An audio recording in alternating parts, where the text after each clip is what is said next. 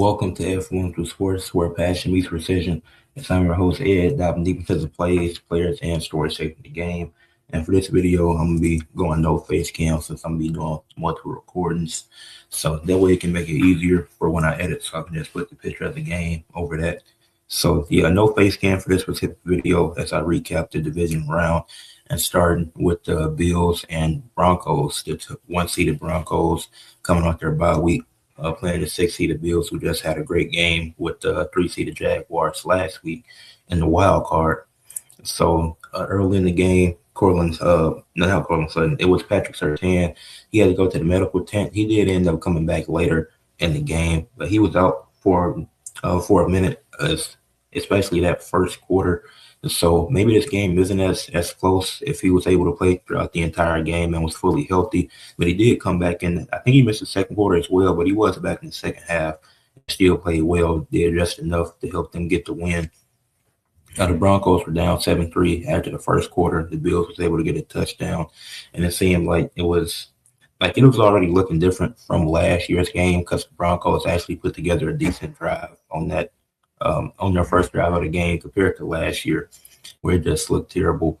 And then you had James Cook, who had a fumble in the second quarter, which I didn't realize he led the league in fumbles, in running back fumbles. That was his seventh of the year. Because when I watch the Bills, they don't seem like he fumbles a lot. Like maybe I've seen him fumble once, but that was the second time this season I've seen him fumble. I didn't realize he had 5 other fumbles in the season. And then Denver, they got forgot his name. It was number 73. He got a touchdown for Denver, the lineman. So that was cool to see. And Keon Coleman had a pretty bad drop that was taken away due to a penalty. So it wasn't on the stat sheet. That wasn't on Allen or Keon's stat sheet as far as drops or incompletions, because it was a penalty on the Bills anyway, so it didn't matter. But that's not a drop you can have. Like even because the off chance that could have been a penalty on the Broncos. So regardless of who the flag is on, you can't have a drop like that. And Keon Coleman, I've been super disappointed in this season because I expect him to take a leap compared to what he did last year, and it just hasn't been that. And it showed once again because that drop was terrible. And then Denver, they had 2 receivers go out throughout this game due to injuries, so they had injuries everywhere. Josh Allen had a fumble. I didn't know what he was doing at the end of the first half, and the Broncos was able to capitalize off of that, and they scored. They led 20 to 10 at halftime. Then to come out of the second half, Denver scored a field goal. They went up 23 to 10. Then the Bills was able to score a touchdown. It was 23-17 to end the third quarter, and the Bills still going to score 10 unanswered, a touchdown and a field goal in that fourth quarter to take a 27-23 lead. Then Marvin Mims, 26-yard touchdown. There was some controversy on that. I do think that was a touchdown. He came down with it. He got stabbed in the back by the camera. So he came up like close to his tailbone, like the lower part of his back. So he came up. It took him a while to get up, but he was able to play throughout the game. Denver took a 30-27 lead. And then the Bills, Josh Allen led them down the field. They was able to get a field goal and send it to overtime. So it's 30-30 going into overtime. And this is where even more controversy happens. It's back-to-back pass interference calls. And one of those calls, it was also a roughing the passer. And so the first call, the pass interference, it was, okay, that's a bit in the air, but it's also a roughing the passer. So it's also kind of like pick your poison. So even if they declined the pass interference, they still could have accepted the roughing the passer because it was a clear roughing the passer. The play was already dead. He had no reason to hit Bo Nix, to push Bo Nix the way he did. So that was that. And then it wasn't like he was just getting to him like Bo Nix really. Like it was a few seconds after Bo Nix had got the ball out.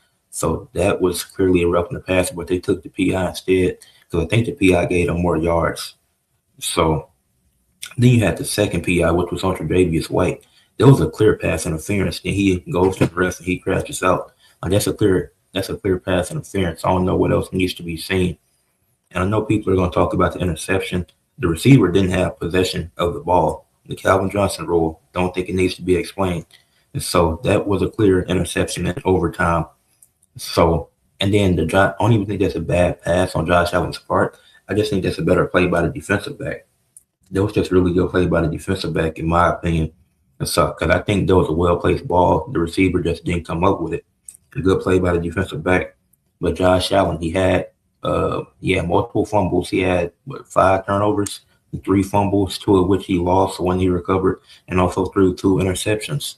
So when it comes down to who, and then obviously after the 2 PI calls, the Broncos capitalized. They scored, but the Broncos, they got the win 33-30. Bo Nix broke his ankle on the second to last play, so that's unfortunate. But when you look at this game and when you talk about who's to blame for the Bills' loss, it's not on the officials. Back-to-back pass interference calls. A roughing the passer call that only got declined because it was a pass interference. So those are multiple bad penalties you pick up in overtime. James Cook, as great as a game as he had, 24 carries, 117 yards, 2 catches, 24 yards. He also had a fumble. If he don't fumble, the Bills could be in a better position to score because they were marching down the field. Josh Allen, 2 lost fumbles and 2 interceptions. The second one, like I said, that's a well-placed ball. That's more on the receiver than it is on Josh Allen. But he also threw an interception before that.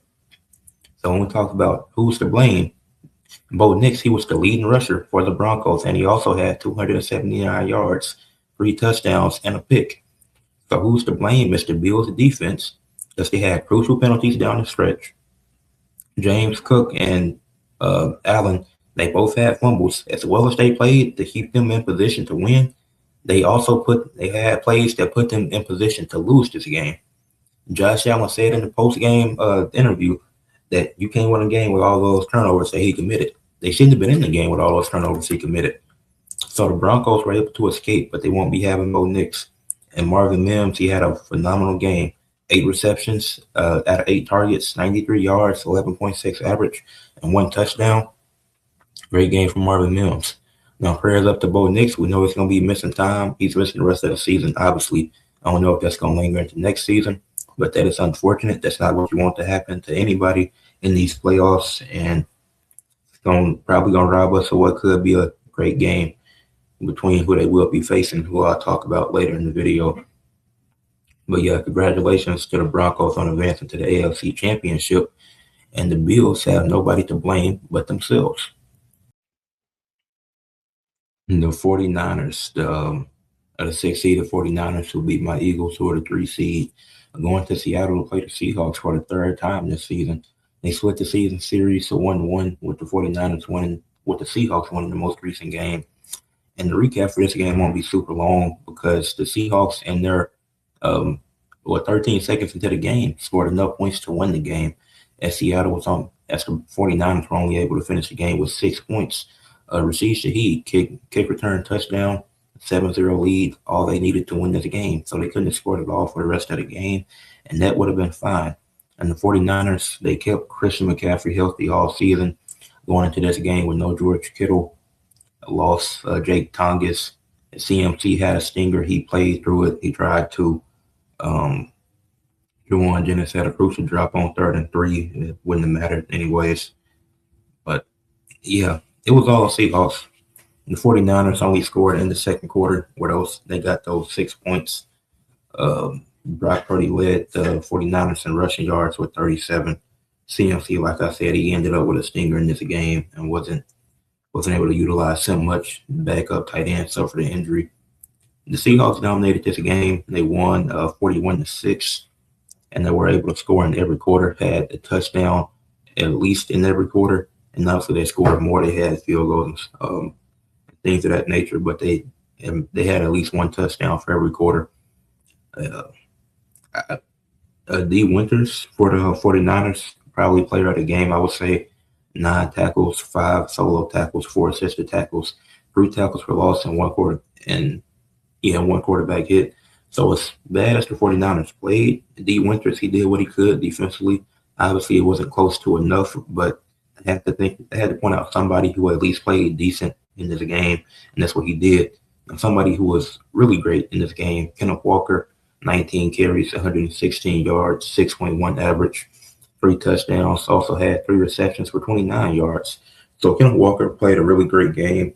I think Charbonnet started, but Ken Walker, they obviously went to him more throughout the game, and that's what I like to see. So in Seahawks, it's just a complete domination. Like, you can talk about so many other factors and variables for how well this team played. I'm just specifically point out Ken Walker and how well he played. was like you can really everybody on that team deserves credit, but this is one of Kenneth Walker's best games of the season. So I had to point that out. Like I said, the recap for his game was not going to be super long because, man, the 49ers got dominated. Wasn't a great sight to see. But the Seahawks are advancing to the NFC Championship. So congratulations to the Seattle Seahawks on advancing to the next round. And both the Seahawks and Broncos, who had first round byes, both survived the week delay and advanced to the championship rounds. The two-seeded Patriots taking on the five-seeded Texans. The Texans dominated the Steelers specifically in the fourth quarter last week, and the Patriots they just had to will with the Chargers. Also, more specifically in the first quarter, in the fourth quarter. I keep getting those two mixed up. But the Patriots, it looked like they was going to win from the first quarter to begin with. The Texans was a bit iffy, but in this game, the Pats came out stronger than what they did in the last game in the first quarter with a 7-3 lead. Drake May did have a fumble. Drake May had fumbles all night. He had 4 fumbles, I think, 2 of which he was able to recover, the Pats were able to recover. But it was not a great night wasn't a great day for Drake May. Like, he did enough to put them in position to win, but it simply wasn't. Like, that just wasn't a good game. That wasn't a good showcase for Drake May. Like, I think he played better in the Chargers game, to be completely honest. But the Patriots, they did win the game 28-16. Even worse day for C.J. Stroud. I do think May outperformed C.J., who had 4 interceptions in the first half, which is absolutely terrible. Didn't have any in the second half. But it's like, yeah. The Texans finished this game with just 48 rushing yards, which is embarrassing. In a playoff game, having under 50 rushing yards as a team, and really 50 is being polite, but the fact that you had under 50 in a playoff game, that's embarrassing. You're not going to win a game like that. What team is winning a game with just 48 rushing yards in a game? And CJ, who threw 4 picks. Even if he threw 4 picks throughout the game, that's still bad. And these was 4 all in the first half. He didn't throw any in the second half, which this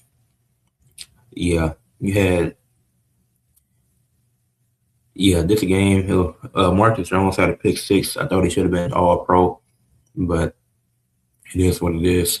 But yeah, Marcus Jones had a pick 6. The Pats led 21-10 at halftime. They went for a Hail Mary, which ended in interception, but at least they went for it. And it's like it was low risk, high reward.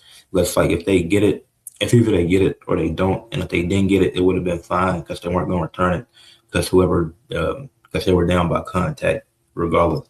Because that's how the interception was going to be. It was always going to be down by contact if they got it, if they did throw a pick. So that pick, I'm going to rule out for Drake May, but he still did have 4 fumbles in that game. It's like if you got the touchdown, then it's like you extend your lead even further and win the game by even more than likely. But yeah, they don't let the foot off the gas. Like, yeah, the Texans was able to get a touchdown. No, they were able to get 2 field goals.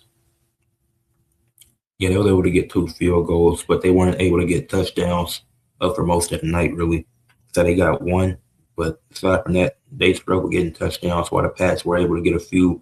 Ramondre Stevenson had 20 total touches for 81 yards on offense, while Carlton Davis, he had 4 tackles, all solo tackles, 1 tackle for loss, 4 pass deflections, and 2 interceptions. So he played out of the game. Absolutely phenomenal. Marcus Jones had a pick 6 as well. Like I said, can't forget about that and how important of a role he played. For the Texans, their player of the game was Kamani Fairbairn. 3 of 3 field goals, 1-on-1 extra point, 100%, and gave the Texans 10 of their 16 points. And then I think Nico Collins was out this game. I think that definitely had an impact. But at the end of the day, some of the throws that C.J. Stroud made, you just won't win games making throws like that. You won't win games having that many turnovers. Like, even if Nico was there, that still doesn't stop you from fumbling. I mean, not fumbling, because still was a great big problem. But yeah, some of the throws he was making, it was like, those just aren't throws that you make. So it's like he was bad this playoff. He wasn't good in the Steelers game. He wasn't good in this game, and the Texans lost. So the Texans are now 0-7 in the divisional all time, but 0-3 in the divisional under C.J. Stroud in these 3 years. So while they have been able to get to the playoffs under C.J. Stroud, the last 2 years it's been because of the defense, and C.J. Stroud has been able to help them win some games. But as much as he's able to help them, he's also equally able to help them lose those games as much as he is able to help them win.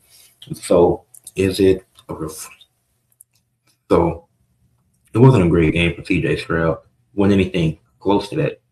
Yeah, CJ, he just simply wasn't good. So it is what it is. The Patriots, they're going back to the AFC Championship first time since 2019, I think, when they last won the Super Bowl, either 20, because I think it was and I'm talking calendar year, because I think 2020 they lost to the Titans in the first round in the wild card. We're talking calendar year, not season. But yeah, congratulations on the Patriots. They'll be playing the Broncos for the third time in the conference championship. And the Broncos got won the last two. I think the Patriots might win this one. We'll see. But it's going to be tough without Bo Nix for the Broncos. But congratulations to the Patriots. Once again, great win. What a game. Got another overtime game in the divisional round. So we had two stinkers in the divisional round. The main stinker was the Seahawks and 49ers game, complete domination by Seattle. The Texans and Patriots game, it wasn't even because of the score. It was really because of all them turnovers on both sides. And then you got a classic with the Broncos and Bills, and another amazing game with the Rams and Bears. And the Bears, who wasn't a good defense all year, like they was giving up a lot of points throughout the season. They weren't good defensively at all. This is one of their best defensive showings of the season, if not their best, because they came at the most important time. So they were going against the Bears. I mean, the Bears. They are the Bears. They were going against the Rams, as I mentioned, the 5-seeded Rams who survived in Carolina last week, and the 2-seeded Bears who had a comeback win versus the Packers. And the Bears, this has been a problem all season. They'll put themselves in position to have to come back. You're not going to win a Super Bowl like that, putting yourself in position to have to come back multiple times throughout the season, doing it once again in the playoffs. But you don't win games that way. That's just not realistic. It's not smart either. Like, obviously, no team is trying to just put themselves behind. But when you do that so constantly and when it becomes a habit, that's what's just going to happen, and it becomes tough to come back. So the Rams, they scored out the gate, 7-0 lead in the first quarter after a Kyren Williams touchdown, who he played great all night. Kyren Williams finished the game with 21 carries, 87 yards, 4.1 average, and 2 rushing touchdowns, while also catching 4 passes, having 30 yards, and having a 7.5 average per catch. On the walk, wrote 4 carries instead of 4 catches on my notes, but had 4 catches. Then Caleb Williams, we really saw how good Caleb Williams can be and how much he can cost. I think I'm wording it wrong, but we've seen what Caleb Williams can do. Caleb Williams finished 23 of 42, 257 yards, 5 carries, 40 yards, 8 yards per carry, threw for 2 touchdowns, but also threw 3 picks. So he's seen that he can be great, but some of them throws are unnecessary. Ben Johnson did take some unnecessary risks that also put Caleb Williams in that position to throw those picks. It's like, obviously 3 picks is bad, but Caleb Williams did play a really good game. He was able to extend the plays when needed. Like, I'm not going to say really good, but because of the picks, but I'm saying he was solid enough, and they still had a chance to win it. Like, it was tied 10-10 at halftime. LA got the field goal. The Rams was actually up 10-7. They had scored a touchdown and a field goal. And the Rams had a few bad drops, which really kept the Bears in this game. Was because of those key drops that they had. But the Rams were able to tie it 10-10 at halftime. Coming out the second half, there was more drops, and nobody scored in that third quarter. Kyren Williams, that's when he got his second touchdown in the fourth to get a Rams a 17-10 lead. And you're thinking it's probably over because the Bears have had multiple chances. Ben Johnson took a gamble on 4th and 4 where they could have kicked a field goal, and it was 4th and goal. No, it was 4th and goal. So they could have kicked a field goal to make it 17-13 and have a better chance. But it forced the Rams to go down the field, which they weren't able to. They still had to punt it off. So the Bears were able to get it back. So it's like, if Ben Johnson decides to take the field goal there, they could have a chance to win the game, because after that, it was 4th and 4. This is the 4th and 4. The touchdown to Colt Kmet which allowed the Bears to tie the game 17-17 and send it to overtime. Knowing Ben Johnson, I'm surprised he didn't go for two just to try to win it. But if you kick that field goal, it's 17-13. You punt the ball away. You kick the ball off and you're able to get a stop, and then you can go down the field and score another touchdown. You probably win in regulation. That's like Ben Johnson is a great coach. We've seen what he can do as an offensive coordinator last year with the Lions. We've seen how good he's been in his first year as a coach. It's just some decisions you don't need to make, or some decisions you got to go in the other direction.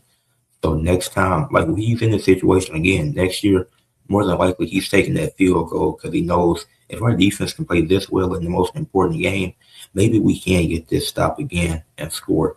Because this defense played really well for a team that was bad defensively all year. And then it goes into overtime. Caleb Williams throws an interception, but that was on DJ Moore. I don't know what DJ Moore was doing there. Maybe it was a miscommunication between DJ Moore and Caleb Williams. Because I see some people blaming Caleb Williams for it. I think that was on DJ Moore. But that allowed the Rams to go down. The field just a little bit. Kick a 42-yard field goal and win 20-17, and move on to the NFC Championship game. So, led by Kyron Williams, who had over 100 total yards, and the defense was great defense from both teams. Like, I got to get a Bears fair credit there. And like Caleb Williams, like I said, he did have a few bad picks. The last one I don't think was his fault. The other two, they were terrible. But good win for the Rams. That was a fun game. The second best game at a divisional. The best game was the Bills and Broncos. That was a really great game. But the defense was outstanding in this game for both teams. It wasn't super high scoring. Both teams got key stops. It was key drops by the receivers. I think that's also important. But that was a great game. The Rams got the win, and they advanced to the NFC Championship. So congratulations to the Rams. With that being said, leave a like on the video, subscribe to the channel, comment what y'all thought of the games. Yeah, make sure y'all tune in to the podcast tomorrow, Sports Fanatic Forum episode 3. That's going to be at 1 p.m. Eastern. So make sure y'all tune in from that. It can range anywhere from 50 minutes to an hour. It won't go anything past that. So make sure y'all tune in to that on Tuesdays and Thursdays. With that being said, like, comment, subscribe, and share.